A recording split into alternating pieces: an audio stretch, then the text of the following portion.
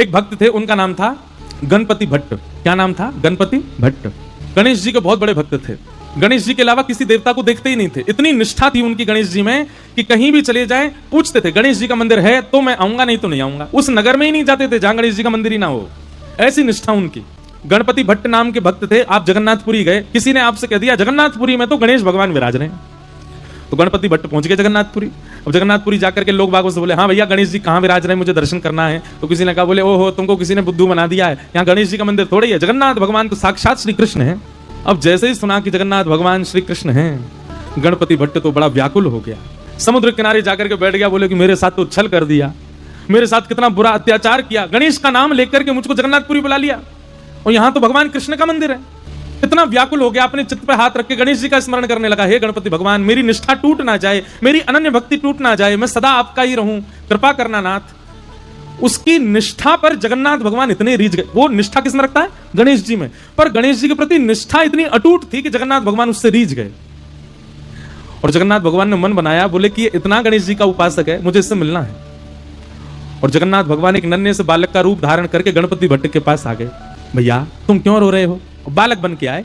ठाकुर जी कहने लगे क्या बताऊं, गणपति भट्ट कहने लगे क्या बताऊं, मेरे को गलती से यहाँ भेज दिया, मुझे बोला था कि मंदिर में गणेश भगवान है, पर यहाँ तो श्री कृष्ण बैठे हैं और मैं तो गणेश जी के अलावा अब किसी को नहीं मानता, मेरे इष्ट तो केवल गणेश जी हैं।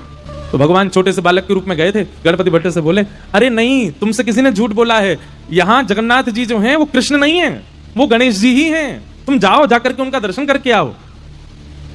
गणपति भट्ट बोला, किसकी बात मानूं? मुझसे कोई कह रहा था कृष्ण है, तुम कह रहे हो वो गणेश जी हैं। तो बालक ने कहा, एक काम करो, तुम किसी की बात मत मानो, आंख पे पट्टी बांध करके चलो और गणेश जी के सर्वांगीण अंग का तुमको अनुभव है, लंबी सूंड है, बड़े बड़े कान है, तुम छी करके जगन्नाथ जी को देख लेना। अगर उनकी सूंड लगे, उनके कान लगे, लंबोदर लंबा पेट लगे, तो अपनी पट्टी खोल के दर्शन कर लेना। गणपति भट्ट बोला, हाँ ये काम करता हूं। तुरंत उसने आंख पे पट्टी बांधी और जगन्नाथ जी के मंदिर में पहुंच गया।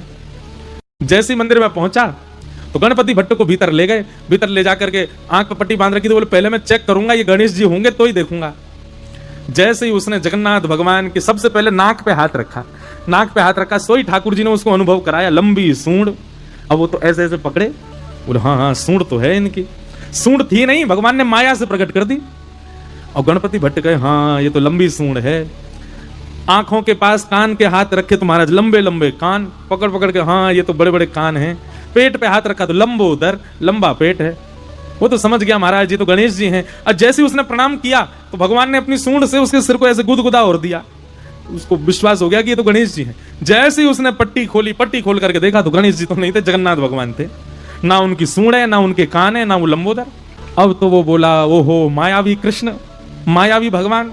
आंख बंद करके स्पर्श करता हूं तो सूंड दिखती है, आंख खोल के देखता हूं तो जगन्नाथ दिखते हैं, मेरी निष्ठा भंग हो गई।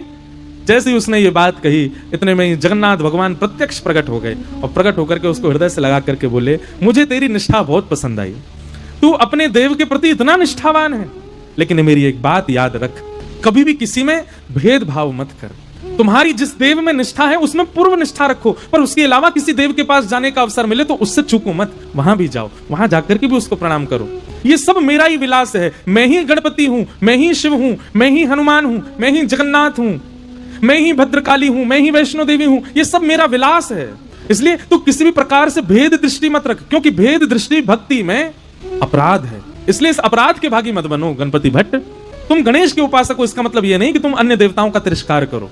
इसलिए अपनी भक्ति को और पुष्ट करो, सब देवों में अपने गणपति का दर्शन करो। तब उस गणपति भट्ट का जो संशय था वो दूर हुआ, उसने जगन्नाथ भगवान को प्रणाम किया।